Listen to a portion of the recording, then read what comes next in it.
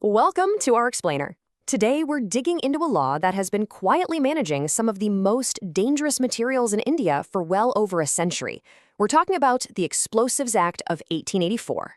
I mean, that's the big question, isn't it?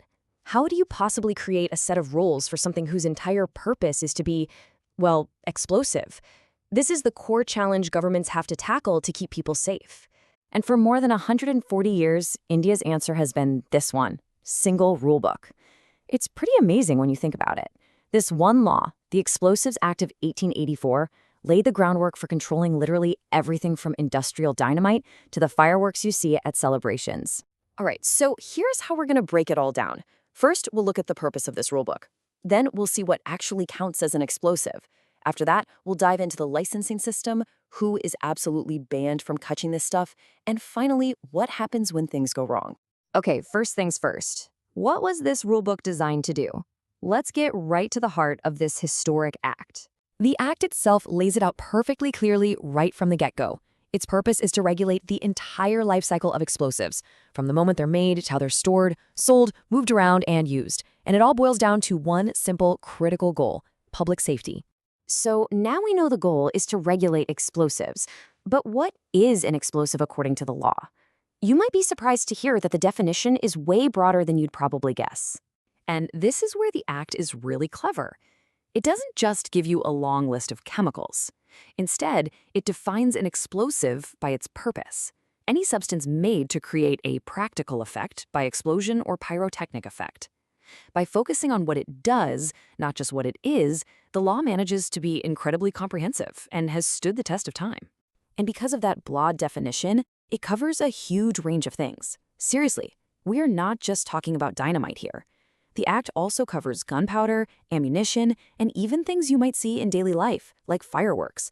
It even includes safety gear like fog signals and rockets. Okay, so with such a wide variety of potentially dangerous stuff, how do you control who gets to handle it?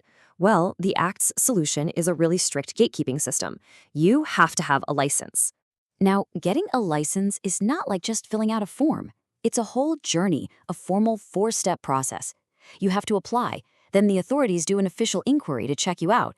Based on that, they decide whether to grant or refuse the license. And even if they say yes, they impose very specific conditions you have to follow. And the decision really comes down to a simple balance. On the one hand, the authorities look for a green light. Does this person have the technical skills? Do they have a legitimate reason? But on the other hand, they're looking for red lights. Are they a potential threat to public safety, or are they considered unfit? It's all about weighing that legitimate need against any possible risk. But the Act goes even a step further. Beyond just refusing a license, it's crystal clear that some people are just flat out banned from the very beginning. Yeah, the law puts up a very clear firewall here. There are explicit prohibitions.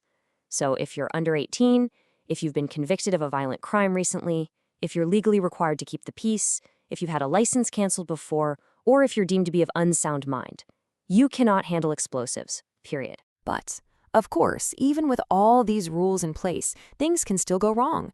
Accidents happen, and people break rules. So what does the Act say about the consequences? The very first thing the law demands is reporting. If there's an accident involving an explosion or fire that causes serious injury or death, it must be reported immediately. And this isn't just about paperwork. This report is what triggers a formal investigation to figure out exactly what happened and how to prevent it from ever happening again. And for those who break the rules on purpose, the consequences are laid out pretty clearly, with penalties designed to match the severity of the crime. Illegally making or bringing in explosives carries the heaviest punishment, up to 3 years in prison. Less serious offenses, like illegal possession, get you up to 2 years. And even just failing to report an accident has its own penalty. The message is simple. These violations are taken very seriously. So, from its creation back in 1884 all the way to today, this single act has served as the bedrock for public safety when it comes to explosives. It's a pretty remarkable piece of legislation, one that's managed to stay relevant by balancing the use of materials that are both incredibly useful and, of course, inherently dangerous. And that leaves us with one final, really important question to think about. This act was written in the age of gunpowder and dynamite. As we develop brand new materials and technologies, how will this 140-year-old rule book have to adapt and evolve to keep us safe in the future?